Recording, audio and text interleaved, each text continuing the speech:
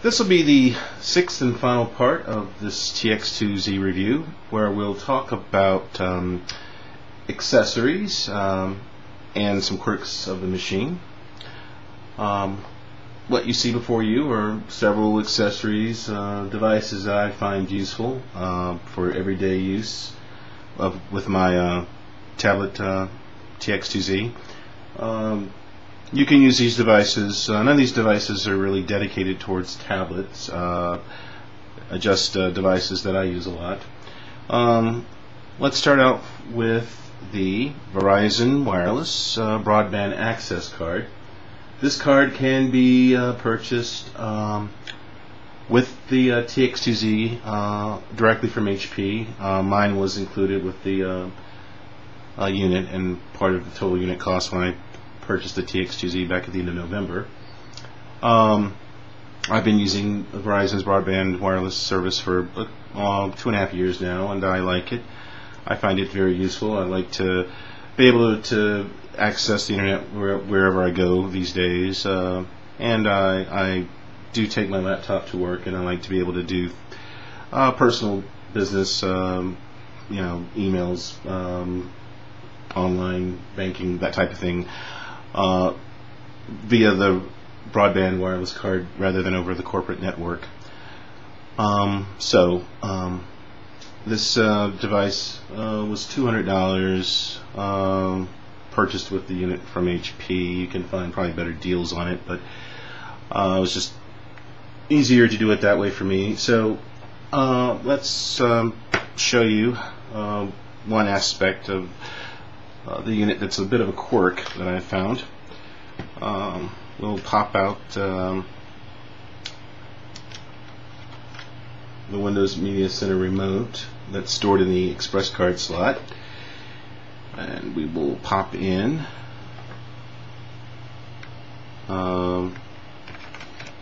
our broadband card. In a second it will light up and it's lit, and so now we can connect to the internet via the Verizon card if we wanted to.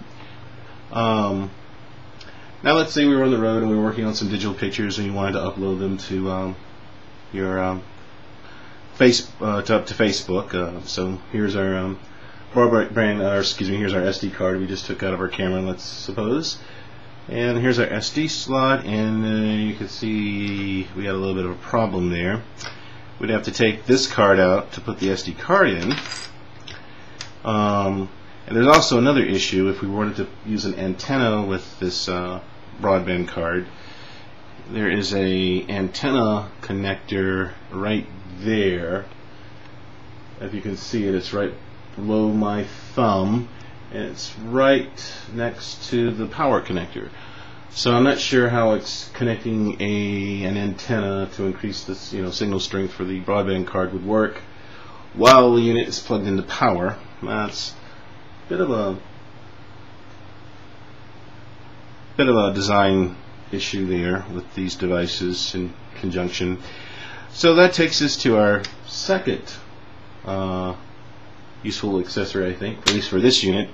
I found this actually at Walmart the other day. It is a USB card slot reader, and the nice thing I like about this is just a one piece device with two caps on the end, and it's just like any other USB reader you'll find, just a little handier just for using with SD cards, I think.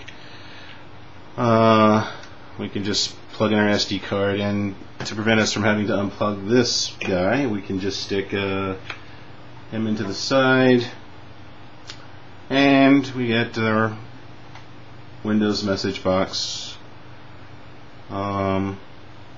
showing us our SD card now.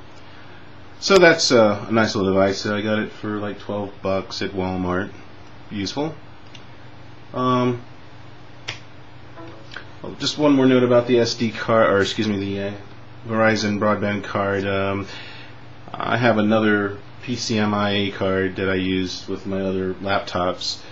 I still have that card, and you can switch back and forth between various devices with Verizon. You just go onto the website and give it the ID number for the device that you want to activate.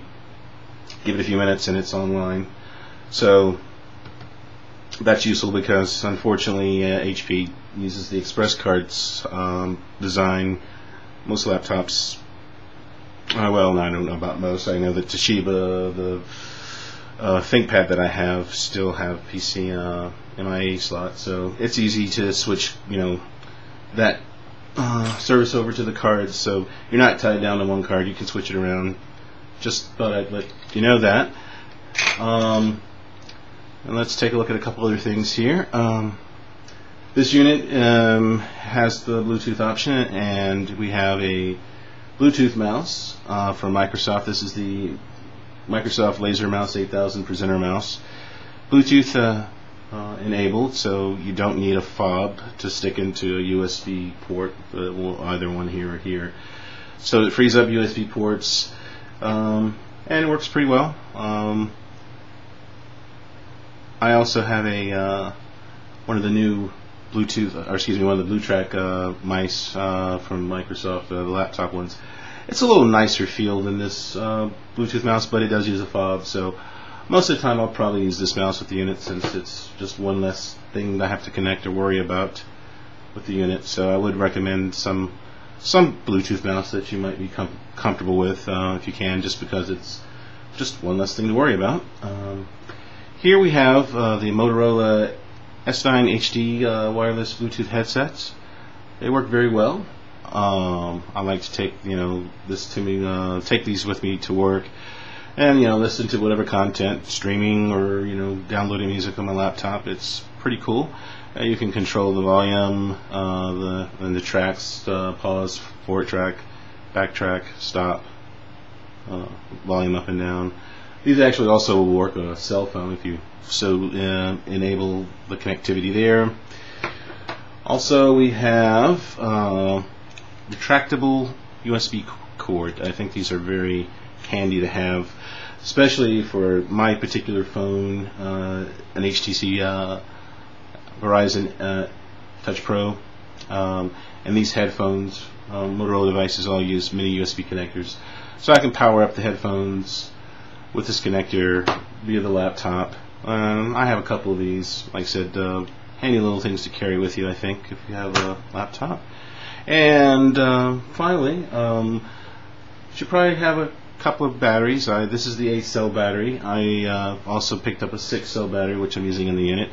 If you want to go extended periods of time on battery mode, this guy will last you about 5 hours on power saver mode. The other one, the 6-cell battery, goes about a little over 2 hours. Of course, it's not as convenient to use the machine and tablet mode, portrait tablet mode, with this battery connected.